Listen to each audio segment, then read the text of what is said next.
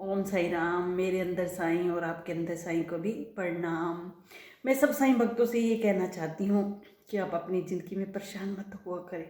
दुख तो हर इंसान की ज़िंदगी में आते हैं, आप उनका हिम्मत से सामना किया करें। आप अपनी जीवन की जो नैया है उसकी डोर साईंनाथ को सौंप दें। जब हमारी नाव के खवैया बाबा हैं तो हमारी नाव बाबा डूबने थोड़ी देंगे। चाहे आंधी आए चाहे तूफान आए, बाबा उसको किनारे पे लगा देंगे। बस बाबा का प्यार पाने के लिए आप अच्छे बच्चे बन जाएं, संस्कारी बच्चे बन जाएं, तो बाबा कभी आपका साथ नहीं छोड़ेंगे। बाबा के जो दो वचन हैं, श्रद्धा और सबूरी, आप उन पर भी कायम रहें। हर माँ बाप चाहता है कि उसके बच्चे अच्छे संस्कारी हों, सबसे प्यार से बोलें, किसी के बारे में बुरा ना सोचें। अगर बच्चे संस्कारी हैं तो माँ बाप खुश होते हैं। तो ऐसे हमारे माँ बाप हमारे बाबा साईं हैं। अगर हम अच्छे बच्चे होंगे तो बाबा भी खुश होंगे और हमेशा हमारे साथ रहेंगे। आज मैं आपको एक बहुत प्यारा अनुभव बताती हूँ कि कैसे मैं बाबा की पोशाक लेके गई और उसी दिन बाबा ने मेरी पोशाक डाली। हम देखते हैं कि बाबा कितनी सुंदर सुंदर पोशाक डालते हैं। जब शिरडी में चारों आरतियाँ होती हैं तो हर आरती के बाद बाबा की पोशाक बदली जाती है। तो हर भक्त जब भी शिरडी जाता है तो बाबा की बहुत प्यारी प्यारी पोशाक बनवा के लेके जाते हैं, हर कोई अपनी हैसियत के अनुसार।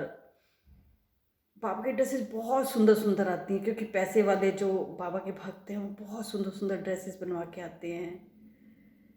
तो बाबा के भक्तों की संख्या भी तो करोड़ों में है। तो देखो, हर ज़्यादातर भक्त बाबा की पोशाक लेकर जाते हैं तो कितनी पोशाकें बाबा की इकट्ठी हो जाती हैं। तो इसलिए इनका नंबर भी आसानी से नहीं आता। अब अगर आप पोशाक लेके जाते हो तो आपकी पोशाक कभी 4 महीने, कभी 5 महीने, कभी साल भी लग जाता है बाबा को डलवाने में, क्योंकि पहले भी बहुत पोशाकें जमा होती हैं बाबा के पास।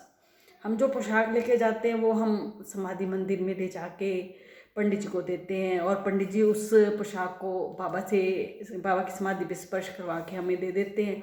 और उसे हम फिर जो मंदिर में बैंक है जहाँ हम दान जमा करवाते हैं, तो उसमें ये हम बाबा की पोशाक जमा करवा देते हैं। और वो लोग कहते हैं कि जब आपका नंबर आएगा तो आपको मैसेज दे दिया जाएगा।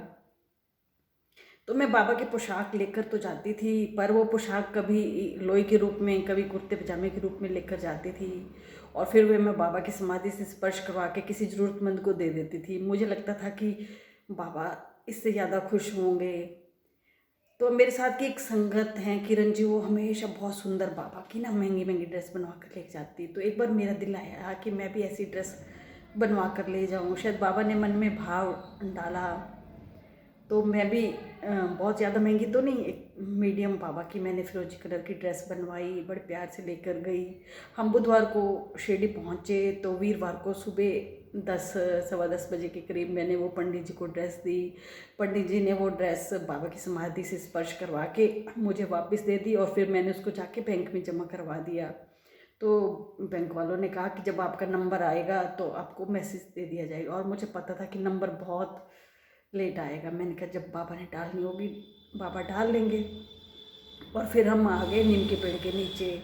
मैं जब भी शिरडी जाती हूँ तो मुझे दो जगह पे बहुत ज़्यादा आनंद आता है। एक तो बाबा की द्वारका माई, और एक नीम के पेड़ के नीचे। नीम के पेड़ के नीचे तो हम बैठे रहते हैं, पत्ते लेते रहते हैं कभी, और जो चारों आरती होती है वो हम नीम के पेड़ के नीचे करते हैं, बाबा की फेरी लगा के और वो आरती करते हैं। अच्छा, फिर हम जब पोशाक जमा करवाने के बाद हम आए, जब 12 बजे आरती शुरू हुई तो हमने नीम की फेरी लगाई और बाबा की आरती पूरी की, और फिर माथा टेक के हम अपने जहाँ हम बाबा के संस्थान द्वारावती में ठहरे थे हम वहाँ आ गए। जो बाबा का संस्थान द्वारावती है ना, बहुत अच्छा है रहने के लिए, बहुत खुला। वहाँ 500 रुपये में आपको कमरा मिल जाएगा, और वहाँ पे आपको चाय भी 1.5 रुपये में और 2 रुपये में दूध, इतने स्वाद होते हैं ना कि मज़ा आ जाता है पीने का।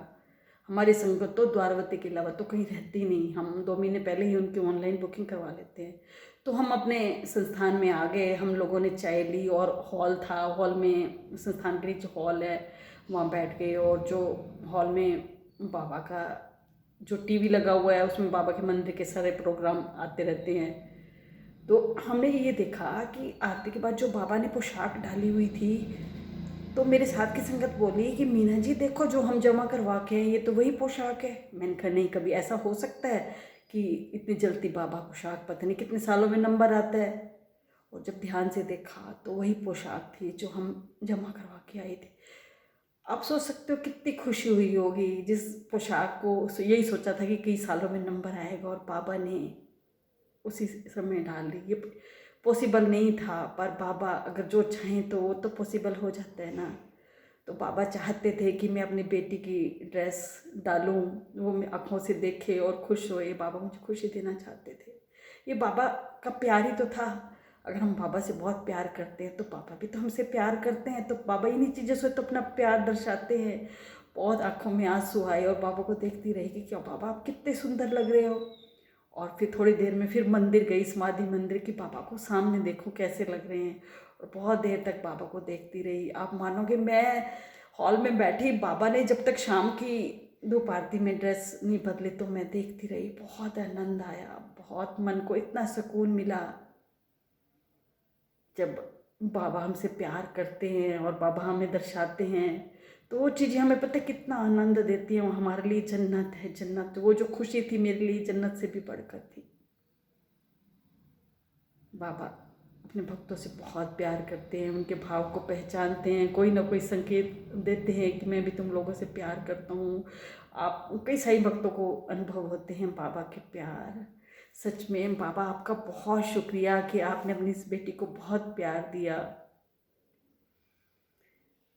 तो आप भी जब भी शिरडी जाएं तो कभी ले जाएं तो बाबा की पोशाक लेकर जाएं। बाबा अपनी हैसियत के अनुसार ले जाएं। बाबा बस सिर्फ मन के भाव देखते हैं, आपका प्यार देखते हैं। ये नहीं देखते कि आप कितनी महंगी लाए हो। बाबा तो ये भी कहते हैं कि तुम मुझे एक फूल भी चढ़ा दोगे ना श्रद्धा से, मैं तो उसी में भी खुश हो जाऊंगा।